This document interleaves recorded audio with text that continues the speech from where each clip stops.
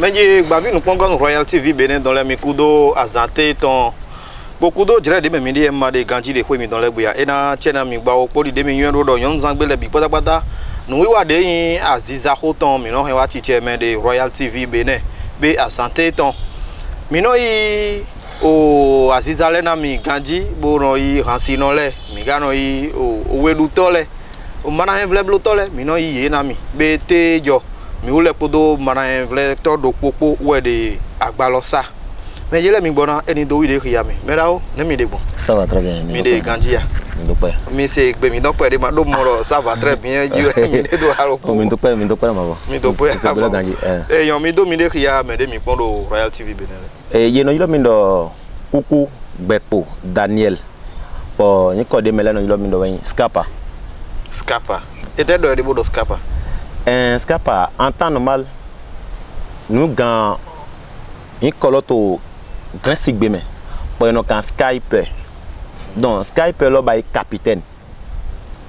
Dinde on va to banji bon agbele ni kale no skipper bon e ma lanton de dinde ba. Ou en bo susu bo kan Scapa SKAPA. Nous bon non mo. E blodo capitaine wo yin. Pas la go ko no to ko.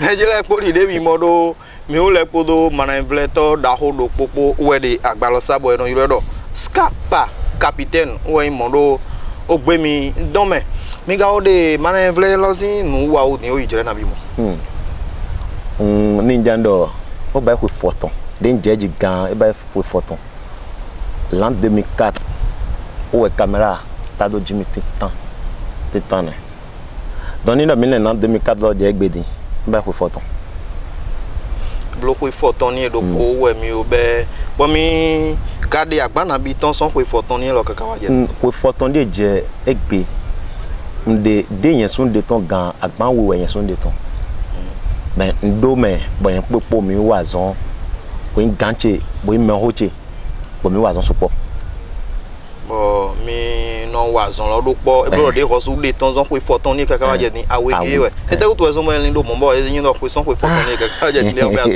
azon we ya o de ton tintan we ndo ni mi pon ko photon enele ayun di dawo yin bi ben lo ben o enele godo de mi lo sun le gan wa magbe yen sun gan wa magbe do din e jedo mi mo lo ni do ejivi e ma na nonu kaka do yi donc de yen sun magbe gan na do be azon bo do di azon ton wo do bayi wo nu ezo ba do bayi se dia we ne donc ma ya wo yen sun ma ya wo de azon titon lo ne e kholo ne de no indo e yon menjele mi o le po Scapa po to agbalosa mi gbona mi ni ya jogbasa.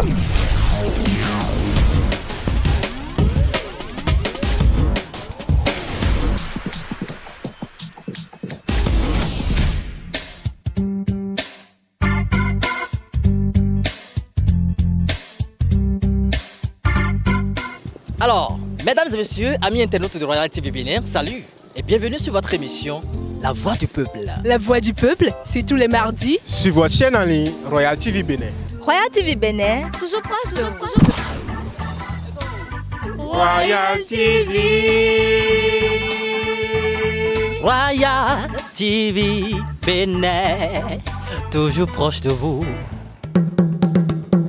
Era chena mi gba be mi o le podo Scapa le capitaine e do na do mo de yi boko we no yin ado mi o le po me de le po we no po bo wason lo kan mi ton de po we no po bo ete utu ezon bo po ni no mi ton lo ma yi kaka yi we gbe we aka mi no mo zizale me ya be ro po amon fifo lo fo kan jan e no yin do nu e jodi ni ndo l'an 2004 2000 mais pour mi pour bello et mi do temps mi ba tito nando mi tourner mi o des mi ba essayer de bon do mi na lancer il lancer lo sin ko nu we what thing to change na mi holo nu ga do mi o jeune ni va ko banje holo nu tane men do 4e bon we what thing holo nu bon mi lo sun le essayer de lo le bo moins master lo mi moins bon mi don le po kata enengodo mi va ba réconciliation bodo mais donnant des azantons donc et ne là ouais sin tito me ba bo to na pour 2 jours 3 jours bon mais zebo ba président do e yi me do ko gam mepo Donc, des misères ou d'autres l'homme. Et quand est on des gants. Bah, maintenant, il a le médaille. Tout le monde, si quand on vient de une négociation, on tourne dans le tout le monde a un temps de bon. Vous voyez, quelqu'un qui a donc passé par les différents. Et maintenant, il y a un accident de bébé, c'est beaucoup à l'eau. Donc, ils ont même pour me bado à l'eau. Donc, vous les même pour me bado. Bah, oui, on y a body complètement. Bah, ce sont mes toiles même bado de moi. Bon, et un godo, mais va drido nous quand. Bon, ndo mais vous voir où il est. Mais le point il est quand il s'est mieux. Mais autant il saisonnier Rosemont. Bon, mais va gober. Kaka j'ai niveau de, t'aimes j'ai niveau de. Bon, il va l'écoua et godo. L'écoua godo tu es. On va mon jomionde. Dans d'autres tournées nous pour go ivoirien là-bas. Bon, d'un Hassan dit bon, on doit changer, il y a un film de vrai ou faux. Oh, Kiki et Kiki po, tu peux être au âge désolé, mais bon, on va film. Eric. Bon, des on tourne film là pour pendant chance de pouvoir essayer pour go do samedi. Bon, des gens va publicité de chaîne, ils n'ont pas passé imaginer. Bon, agbeté des points pour bailler là, ah, et j'ai même va go fond.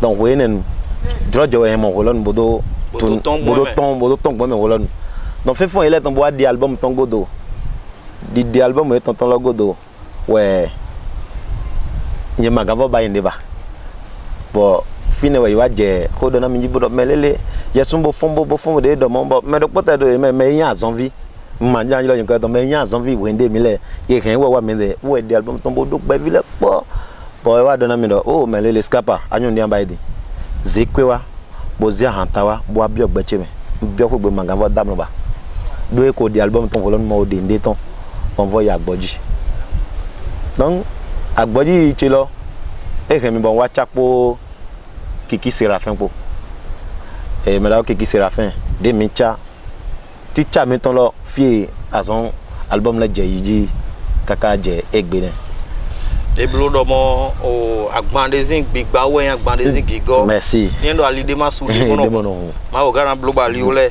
dagbe me na kundo dagbe me gan so suro amen amen o bo niendo mi pon din agban titan de mi de ton na we yiro agban fo niendo be yiro agban do film de we bo yin wona town be yiro do wedida le jugement wedida we no wedida ete we mi do to film lo me ka bo yin wedida nous ezombo ndomo titan donc we photo ne leme dem bayi bodo bi azone mo onyo Jesu bon ko do nu susu ko do nu susu te on bayi nu susu donc nous en ko do te lole we bon bodé me gbogbo we ton dali we ndo amondo mais to nu mon ko ton bayi ina pe akwe dida juye don do eblo do ya mi no so le de na gbeto na do ku vura do ko do enengo do we dida we donc ene hemi bo na me gbodé me de bondo kan bono sanu club bo kan film mon ko don bodo tourner bon wedi da jouer ton tin na gbeto de pepe de man lenvojo ni ndo me kavo de mi to film lo pon me na modo kaka bo film lo do fo nu ndo po me no patan do po do po me no kaka bo film lo fo ete de tana basi na ndo do hiado ni ayi ron do po le nyinando nkonko de gbeto no to wa egbeso wone noté représenter egbeton konko nous mede no jajo mede no ruwen mede no leaga mede no bay no konko mede le no kwasi to noté ezombo ndo po mo kaka bo film lo do fo nous ngando konkla film wedi dala e blodo ni pepe de wa mi le gbe yo me film ni yen do wedi da tin dandan jan na mi ni mo tembo do lenvojo bo yen do rozima o wedazan e na wa ne do mi pon mi iron do film bodon do théâtre vogbin mo tewe da wele me oh film po théâtre po yedo vogbon daho ni do théâtre bay do nando bay num bodo wen nu kiko na mele nando bay num bo do ya mele do bo vle nu vivle mais ni do mi wazi akpa we film ton tadi ndo melo to pupon le enado émotion de enado intention bodo ah nous lo di joeti halopolo tadi lo to dijo halopolo mi mo ni do me ko mi mo do me to film baile e ma yin ye ma to do ye ma to no to nu ko wa bi bo no to bro de do mo me ye no do action lo me le bo mi mo le mi mo do nu lo di nu to jijo e mo bo gbe to lo so na mo e de me do nu lo de do e te di ko jo do e te mo nu to jo lo abi gbe dan ti ka e pon e non fo mo de tin do film po théâtre po sin cheche wo mo no kun je go lo wo ne eyan o agba ko emi tan awe god emi wa blo wo lo ete wa yin kun me de mi gana mo de mi ene lo eyi lo film lo do nukun ken la cupidité e do hodo me indo me no mba dide bono do asu e na dalo edo na ya asu e na doko e bona vo no dagbe ya lonu yin la kan asu de na da edo na doko e bona vo mo na nu kon yizi kan ho de ma do me de do asu de mi na da mi na doko ba vo e lo me na jiro ndagbe ne ma nu ngbo we ni ye ma do a ye ma gando z nu jira do nu go pe vide ni do gbeto de tin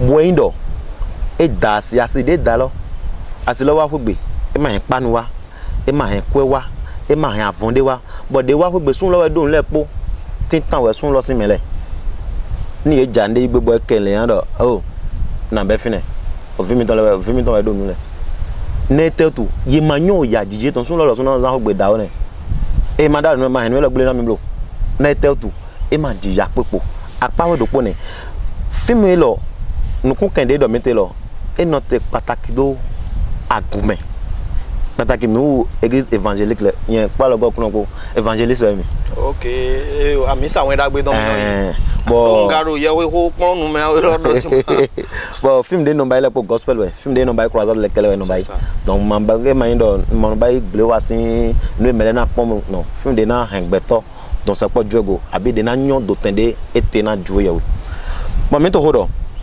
film ne lo ni mi pon egbe mi o christian le pataki mi o christian le mi no te do bibeli ji ando basi ni wa kele di bibeli ton bo egbe to agunle me mendele no tatali de na de na passer tondo o melele pastor yin wana melele mbo njo andemo me yi mono do mo yeno do lalo ondo o de mi dam lo mawo do na mi le do melele we nya asu mi ton lalo we mo e ma gan mo do yo mo do ne do ton ye mo do me le be ko ale se de wu mo de do de wa gumele yo pon me lo yo din do na me le chengi ka de sia na azo ton me no ido na wende momo me momo e ton lo wene do mo na pastor bodo lepo comme pastor ganda na okay mi comité me no pe no kun ala wule sin ho level yo bla la le to mo do mo o sunu me le do joy do le ne mi yeso amodo mo ya wo sunu ado ta na do ho de do o ve ko wu dai na ni do me yin do ni ajan dunde bo o ve to wu ama download dai bo wende u ve wa wu bo azeta doji ete no je yin do mu eton wene ni wo sunu ka la me nyonde me lo ye manwe sunde e manwe wende wa dagodo we na do o e manwe ne ma ta nyo do mo ajo donc e do ho pataki mi christian le bo do na mende vole me no bai me matin yi sin le bo no do o we po viche na do da asulo na do mu le na me we apa we fi me ne do do taune be e blodo nukun ken me de nukun ken po be me bo wa zon do dodoji mi wa zon do de ero ran no boyon me jile mi gbona mi ni pon oye o scapa ton dopo mi ni pon mara envle ton dopo bo amoten le ko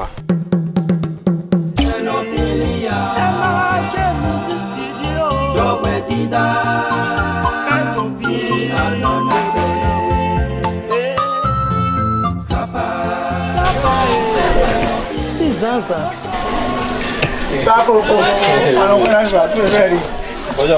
Ewe de, lugu to dia. Maman. Azanya to. C'est quoi dire maman? To aka ibo man so mo iba. Eh o ye ko kapa ko e po. O pe mañana na yo ho do na mi dai. Yo ba ndo lo ba. Yo wi. Oh, to lo me ton ko le dai jo ba mama. To kapa. Kapa. Ye yiro mo. Ye yiro. Maya pe ni blo. Maïblo là, je me de Maïblo. Qui m'a aidé à mon Bien aí.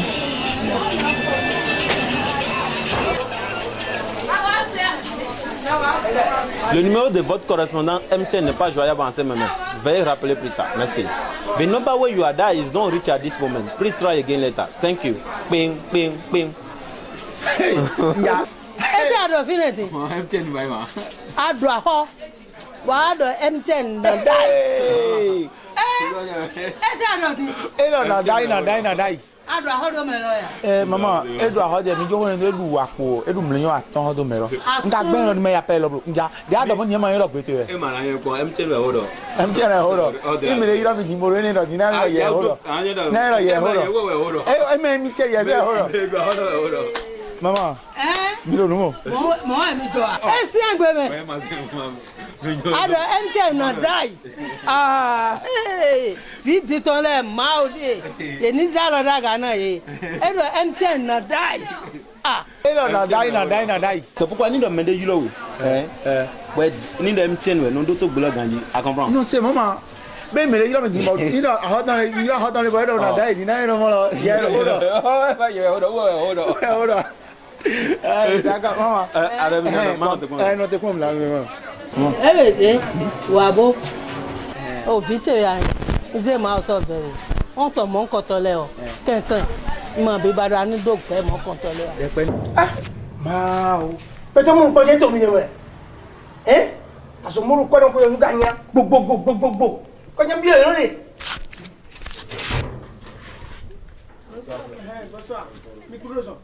Ai de so ke mi wa fidi.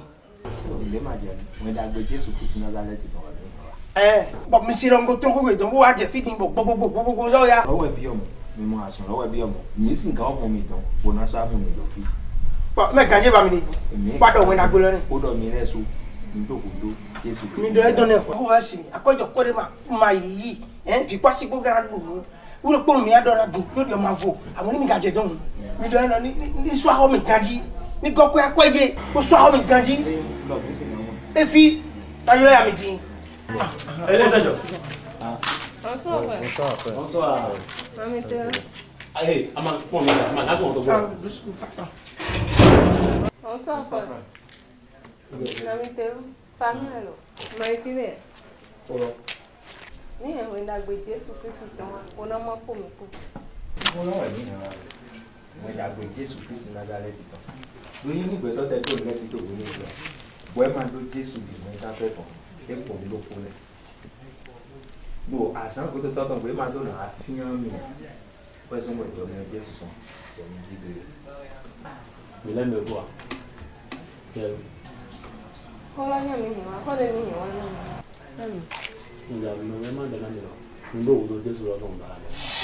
Ndo mi no ndo wo de. Gardien. Attends. Mo me de no yi. Nemina. Wa lo na me le bo mi na fa ni de me. Wa ni mi mo de ni de so ale ko wa. Na be ndo wo ma ndo wo de.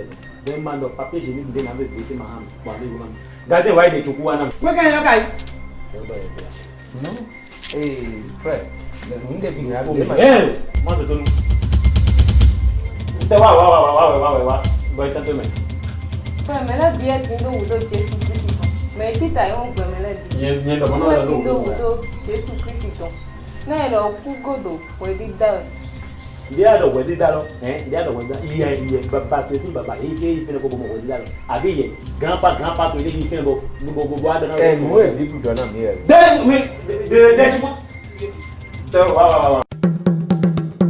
Mejele be ndido de apon ye ne din ko me hunu da o de we na yina we bo aga inu yun susu zon me skapa no e mo flen din e do ya nu bodo we da zangbe e na wa siyen tite ngbe ton ne ga do mo wa tewe gbe to so ganzan jijo tewe gbe to so ganlo bo we da zangbe e na mo tembo wa mo ale dagbe yi ngba o Jesu e Nikodem kan hobio to juan ta tma fo atomendo abe ye hobi ne wa ye ho bere Nikodem do ndo ede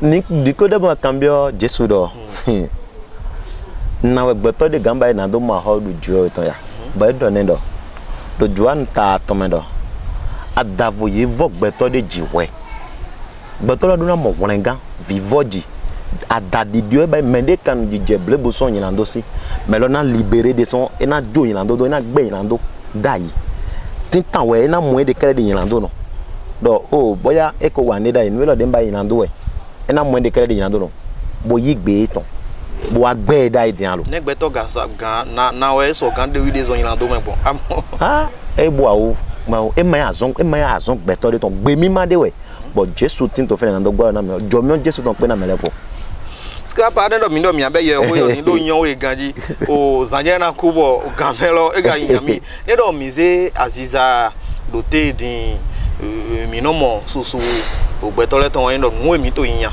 we akwelo na mi ni tempo na akweni ton de nu e wa mi de me de rio me skapa aziza de hoji e eni lo ya yan kavina do a de gbeto le bo apron nu ye bo na mo tembo go do ali odagbeji no kwa kwalo wa ndo no ezombo ndo to elo bai wa ndo ngbo ndo nu na lo bo alo ko okunu no po okunu na mi mo wa Jesu e den wa Jesu me na do ren gbeto le wa Jesu de na do ni mo ni do otode timbo gbeto susu le ye le vojo to ene jijo no tin mana se danu de me de gbotana me de fide me de bai le pole do etel to budisi juwe ton ko tin do mele po me na do lile gbetole wa Jesu de wa nu kwa kwa ti tintan azon ilo ton do mi le ma do biblo bo na do monten do nu kun de ah nu kun do nu no tin amo nu kwa kolo ne na mi ga se asiza to te den ye hen na fa asiza lo kede bo na do nso me de yon ko be me to oh ça il m'a ya zon de bo to go bo in retraite bo hen na préparer bo indo asiza we mlo ni kaka bo yon ko me ti won ado gbe ton do ni do mi pon me na mo do CD de mavodo mele mavo CD oba do po ne eni lo kele ma pe na gbeto eni nu ni na we but jo ina me na paje ni ezi apaje yen ton ni ba lo go klon ton po ajo to emi bon to yi bo to gigo ma pendo yen de jibodo o album na mi kwe dandan un yi se do na mi kwe me wole pon na to wa ne me il faut que gbeto lo so ni donde do ni créer ndé bo ene lo ni do osinvine ni osinvine kaka bo ena leson tobo e bro imanda tobo do aziza de meta nu kere bo do mo we mi andu san fon limbo san ku do wo mi na do ni mi pa ego o ho emele no do endo ni ye ile ile do ati ma bo wa ne ba gewe eno do nunu pe siga we eno to nunu pe aju bu pe zo mo eno do ajo to enye extra keri we eno bai no lo ne ni do gbeto de ka e pon me lo bo mo do edu azun ton alonu ba ndo me lo plan azun ma ju azun ton do aye ton voto no no e blodo do sima de pepe de na igbon mi ni han azun de do gona aziza de to mi ti lo de te din de be de to mi don me aziza e de yi gandia oh ho cambio dawe aziza do yi na mele bo kavo goma yi na mendele apa we wele men la yi dare ni do mi pon me yulo azun ton do nu na pa jire din joje dawo de we bo no ato Royal TV sinu kan bodo hodo enele promotion do boy je bodon de elo do yi do din bo me de ba su bo do o me lele lo ndo croisade e je do ma yiro me lele menu ezon ba yedo mo Royal TV et ezon ba Royal TV do Royal TV by promotion am